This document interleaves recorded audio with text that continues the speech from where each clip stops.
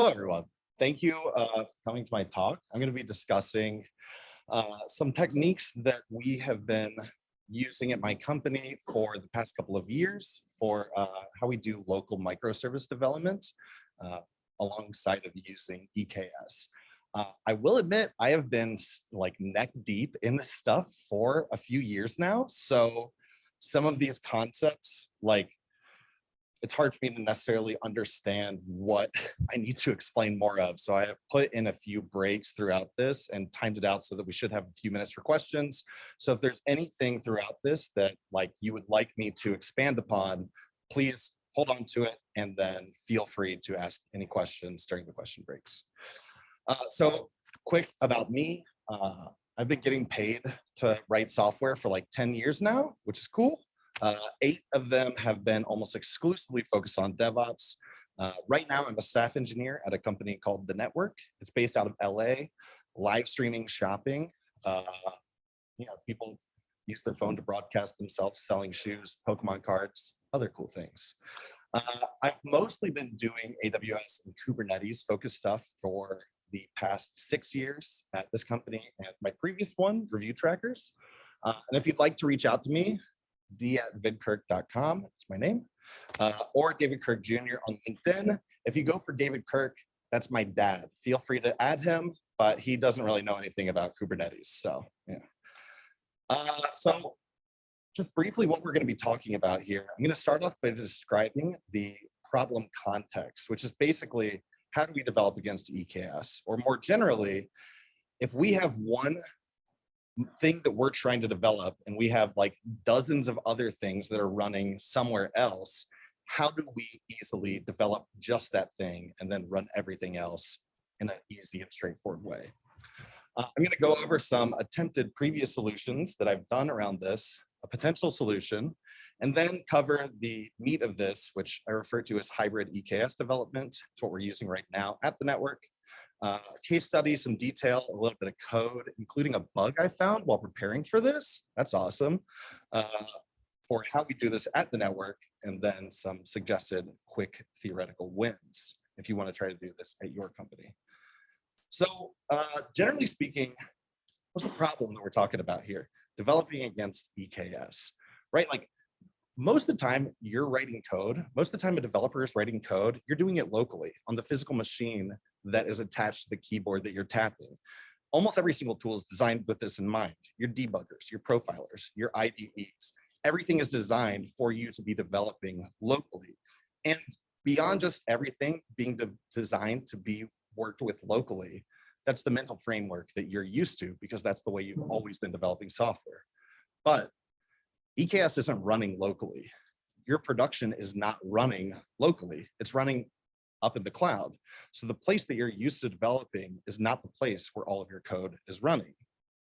So we would ideally like to be able to bridge that gap and take the advantages of EKS and the advantages, or Kubernetes in general, and the advantages of developing on your local machine and match them up together in a nice, clean, easy, useful way. So why is this worth solving? We want to reduce cognitive overhead, right? Like writing software is hard. You want to reduce the number of things that developers have to think about. That is not, how do I make this code work? How do I fix this bug? How do I implement this feature? There's a barrier to entry here, at least for this solution that I'm proposing, some conceptual barriers, but in the long run, it's really worth it. The fewer environments that you have to worry about, the fewer variations between environments, the less you have to keep in your mind, the less context you have to keep in your mind when you're working on your code, when you're developing things. You also want to minimize how complex your internal tooling is, both because if you're like me, you're lazy and you don't want to work on stuff, and because it reduces the overall complexity of the system. Again, reduce the amount of cognitive overhead you have to work on, and the amount of time that it takes for you to align all of these tools and all of these implementations. And if you can set up a situation where developers, just as part of their development cycle, get ops experience, where as part of the development cycle, they're working with Kubernetes, then they learn how to fix production issues just implicitly. They learn how to debug production issues. They learn how to look through staging, look through production, figure out what's going on with Kubernetes and how to interact with this infrastructure in a straightforward way. You gain that implicit knowledge. Like the other day, I was just churning through a bunch of nodes in dev to like force in our dev cluster to force some updates to those nodes. And I had a front end engineer message me and was like, hey, what's wrong with the Kubernetes cluster? And like, that was so cool that a front end engineer knew enough about ops to be able to know something weird is going on with the Kubernetes cluster. So the high level solution here focuses around redirecting traffic to your local machine. This is the basis for all the proposed solutions.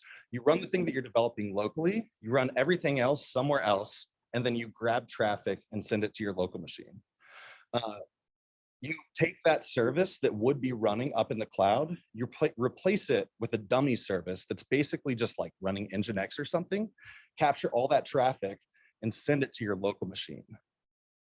So basically, this art right here, no big deal. Your service C is running on your laptop, network traffic goes back and forth, dummy service here captures it and sends it to your laptop. So a potential solution that we worked with at my previous company, Docker Compose. Basically run everything that you're not actively developing in Docker Compose. Take the thing that would be running in there that you're actively developing locally, substitute it out with an Nginx container, take all the traffic, send it to host.docker.internal, which then you can access on your physical machine with or from localhost. Bing, bang, boom, from the thing you're developing locally, everything else is deployed into Docker Compose. Pretty clean. The pro of this is that it's really simple to configure. Like Docker Compose YAML, you don't need to look at the docs to understand what's going on in there. It's really clean, really easy to read. It's all in one file, but it's not Kubernetes. And also, like, if all of your production stuff is defined in Kubernetes, anytime you add something new, you'll have to add it to Docker Compose and also to Kubernetes, which like isn't that hard, but it's something that every single developer needs to know. If they add a new service, they got to do that. And that kind of sucks. And it also means that devs aren't being exposed to Kubernetes, and we want devs to be exposed to Kubernetes. I don't want to have to fix production issues. If someone breaks something in production, I want them to fix it.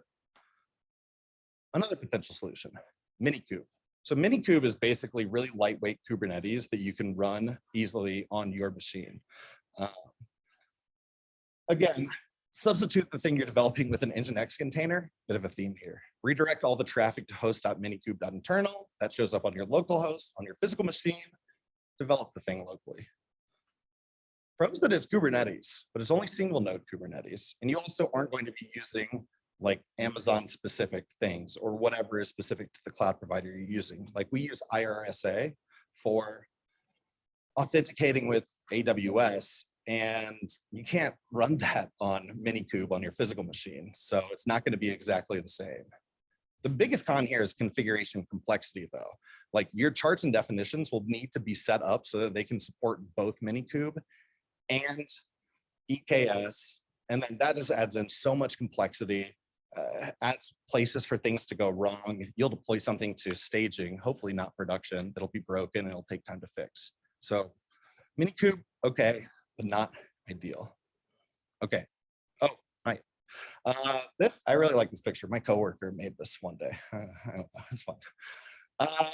Running everything locally, just in general as well, there's hard limits on this. Like y'all, we're all way better at making our computer run slow than Intel or Apple are at making it run fast. Like even the beefiest machine, you can spend $50,000 on the most, like, not the most recent, second most recent Mac Pro. And like within 2 or 3 years, that thing will be running slow if it's trying to run your full stack, because like writing code that's efficient is hard and we have things to do. And the downside around this is that it slows down everything else around development. Chrome is going to go slower, like Slack is going to go slower. Everything that you're working with is going to go slower if your computer is going slow, and that slows down development. So we don't want to slow down the developer's computer. We could theoretically deploy a subset of services, but again, that introduces configuration complexity. It's hard to maintain. Again, developers would need to know if they add a service, they need to add it to the relevant subsets of services that get deployed. And it's not production-like. You might be missing some service that in your subset doesn't cause a bug, but when it's running in staging or production does cause a bug. So like, this is okay. We actually did do this at my previous company and it worked out okay, but it's not ideal. And at a bigger company, we had 20 devs, like 24 services, not horrific, but like at a bigger company, if you're running hundreds of services, that would be not fun to maintain. Okay, here's a quick cliffhanger. And let me pause. Does anyone have any questions up to this point or anything that you would like me to clarify? Sick. So the proposed solution here, what I refer to as hybrid EKS development. Again, a theme. Run everything in EKS except for what you're developing.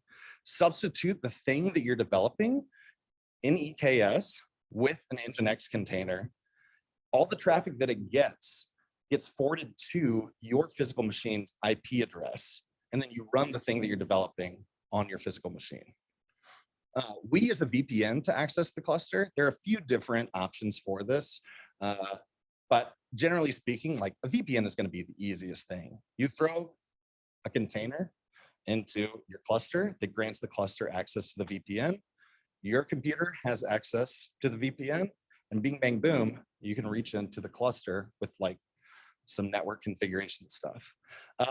We've got it set up so that whenever you do a DNS request from a physical machine, including this guy right here, if I were to do a network request, a DNS request to something suffixed with .svc.cluster.local, which is an internal, that's like an internal DNS schema for Kubernetes, that gets resolved using the DNS resolver inside of EKS. So that will grab the IP address of the actual pod or service running inside of EKS. And then we say to our VPN configuration, the entire CIDR block of everything running inside of EKS, all of those IP addresses, if we try to reach one of those, it gets routed through our VPN. So developers have access to every single service that is running inside of EKS from their physical machine. And then the cluster also has access to the VPN. So the cluster can reach through the VPN to any developer's computer. Cool. Hold on, let me take a quick sip. Okay, that's not mine.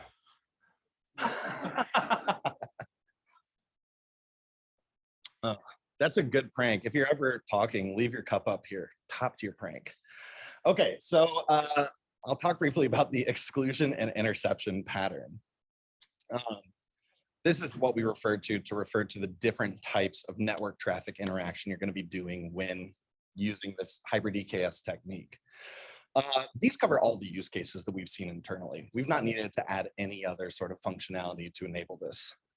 So for exclusion, that's going to be the laptop talking to the cluster. We do exclusion if nothing in the cluster will need to directly reach and reach out and make requests to the thing that you're developing. So basically, you just exclude that thing from being deployed. You scale it down to 0. You run whatever it is locally, and again, use that DNS for Kubernetes resolution that I was talking about earlier to route all the traffic through the VPN to interact with the cluster.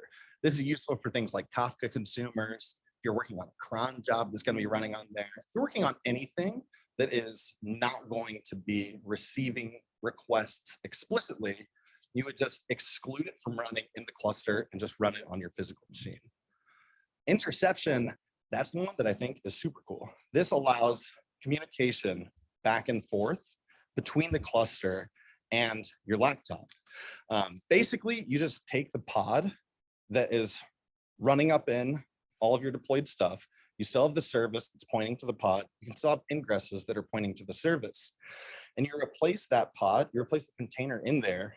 Instead of the functional thing that you're working on, run Nginx in there, redirect that traffic to your laptop's VPN IP address. And then again, run the thing that you're developing locally and use Kate's DNS to reach back into the cluster. When I first got this working, I was working with one of our developers, Hamp, really smart guy. We have a service called Backstage that is like a website that our customers use for administrating the stuff they're selling, their shows, etc. So he deployed all of his stuff into the cluster and was intercepting Backstage. He ran the actual binary, the Golang, no, it's node. The node binary, that's not binary, it doesn't matter. He ran node locally and all the traffic was getting routed from Kubernetes down to his local machine. From my laptop, he's in Denver, I'm in Chicago. From my laptop, I hit the public DNS address for his Backstage instance. He set up a breakpoint. It started loading, paused halfway through, and hit the breakpoint on his machine.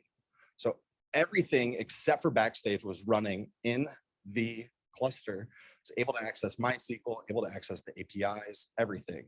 And then it hit the breakpoint on his local machine. So if he started running in, like, theoretically, if he started running into a bug, he could have someone else reproduce it, set up the breakpoints on his physical machine, and debug it while someone else is trying to access and reproducing the bug. It was super cool. I was very, very excited about that. So here's another beautiful piece of art. And this hopefully helps explain it a bit more. Consumer D, or excluding. You can see it's not running in the EKS cluster and it's reaching out to the cluster from the laptop. Service C is being intercepted. Nginx is running in here instead of the actual functional thing. Traffic is going back and forth across the VPN. Okay. I know that might have been a lot. Any questions or clarifications around this I can provide? Yeah.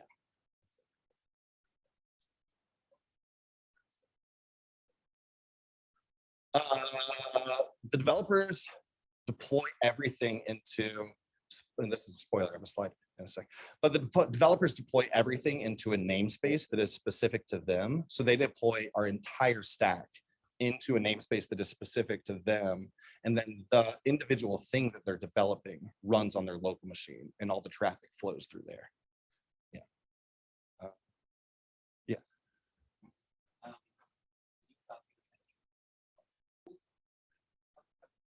So yes, I actually did use telepresence. We used it for about a year, and no shade to telepresence, but it caused more issues than any other tool that I've tried to use previously for this specific example. I actually gave a talk about this last year on a similar topic, and I recommended people use telepresence. And now I'm like, because it caused us a lot of issues. It's a really, really cool tool in theory, but like, it would break, developers would get confused, I would get pinged. I spent so much time trying to work on it. And honestly, like, VPNs are just tried and true technology. There are a lot of really good offerings out there, and we've not had a single issue thus far. Yeah, good question. Yeah, cool. Oh, please.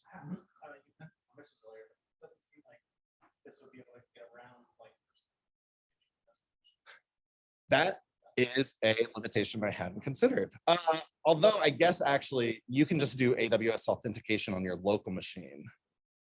Probably. And I think that that would take care of most of the, I don't know actually, if that's a good question.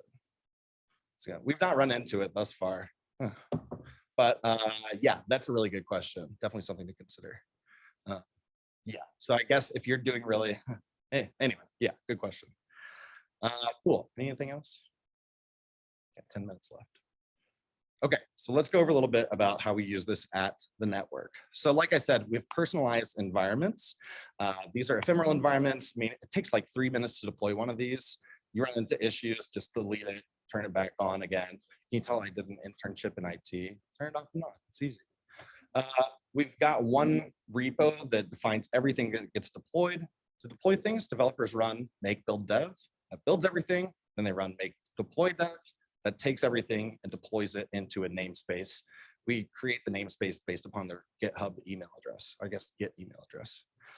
So each developer can deploy our full stack into a centralized like dev Kubernetes cluster, and we separate them by namespace. And then this gets configured at deploy time. You could theoretically do this while things are already running, but just for the sake of keeping all the code simpler, we've just got it set up so that you run make deploy to tail scale, and then you can intercept one or many things, exclude one or many things. You can have these both in the same command. And yeah, that's what devs do to intercept or exclude something. And then they just run the physical thing, or they run whatever they're developing on their physical machine.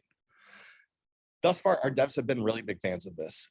There's still some that haven't had use cases where they found it too useful or are just comfortable working the way that they work and don't want to play around with this too much. But we have some devs that have taken this on and are huge fans of this.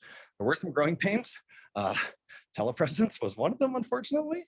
Other things like, there's always room for improvement, but generally speaking, this has been a really big hit at our company. Okay, like I said, we use Tailscale as our VPN provider, and I work for Tailscale. I found the pricing to be very reasonable. The docs are good, it's simple to use. It's pretty good for this case. All the examples are based on this as the specific tool, but the concepts can be tweaked. Generally speaking, most VPN providers can do this sort of stuff. Again, replace the containers in the intercepted pod. Nginx routes the traffic to the VPN IP address. That is set at deploy time. And then Tailscale offers a container that we run as a sidecar in the same pod. And different containers in the same pod have access to the same network. So if the Tailscale sidecar gets access to the VPN network, and Nginx has access to the VPN network, traffic gets routed on through. And then we use a thing called a Tailscale subnet router to give devs access to the full cluster. This is code. So this is our deployment code. This right here is the default code that everything normally gets deployed with, but you can see we have an if statement here. If the name of this service is in the list of things being intercepted, substitute in the containers to intercept, substitute in the Nginx configuration volume. The Nginx config map, that's the bug. That should be, there should be a namespace right here. Don't worry about it. I've made a ticket, I'll fix it. This captures internal Kubernetes cluster traffic and external public DNS traffic, and then proxy passes it to the IP address, reusing the same port that the service uses in the cluster. This is the containers. It's just Nginx, mount that config, Tailscale, secrets. I'm not going to tell you what it is, but we've got the secrets in there. We've got the auth keys in there. And yeah, Tailscale sidecar just runs next to it, grants VPN access, bing, bang, boom. And like I said earlier, we've still got the same services set up for pointing to this pod for internal cluster traffic, got the ingress pointing to the service for external traffic. As far as anything else is concerned, this is running in the exact same way, but it's just routing the traffic to your local machine. So I've talked about using these personalized environments. It took us like 3 or 4 months to get everything set up into a really good spot around this. And that can be a lot to ask if you're trying to do this on your own. You don't need personal environments to do this. It's nice, devs like it, but you don't need it. You could theoretically just do this to intercept a static environment. Like if you have a UAT or staging environment, and you're trying to debug something, you could just modify the manifests that are running up in the cluster and replace the pod definitions, the containers inside the pod, with Nginx and something to grant access to the VPN, and then you can get access. One thing I would caution is to be careful about collisions. QA gets really confused when code that they think is running in staging, but then also a dev is running a thing on their local machine that's different, and the behavior is not what they would expect. So you need to have controls around that, or at least good communication, so that people are not causing these sorts of issues. A good middle ground could be team-specific long-lived environments, like Kubernetes cluster or namespace per team that things are running in for a long time, and then you intercept it. Different people on different teams intercept things for their specific teams environment. But yeah, generally speaking, this is a technique that developers have been a really big fan of. It maybe this specific thing of intercepting and excluding maybe took me a week and a half to implement and get all clean and set up. Highly recommend it if y'all are using Kubernetes and you want the ability to work on things locally instead of having to keep deploying it. into the cluster over and over. And I've got 3 minutes. That's it. Any questions? Wonderful. Yeah, if anyone would like to talk to me, I'll be around. Appreciate y'all coming by. Thanks very much.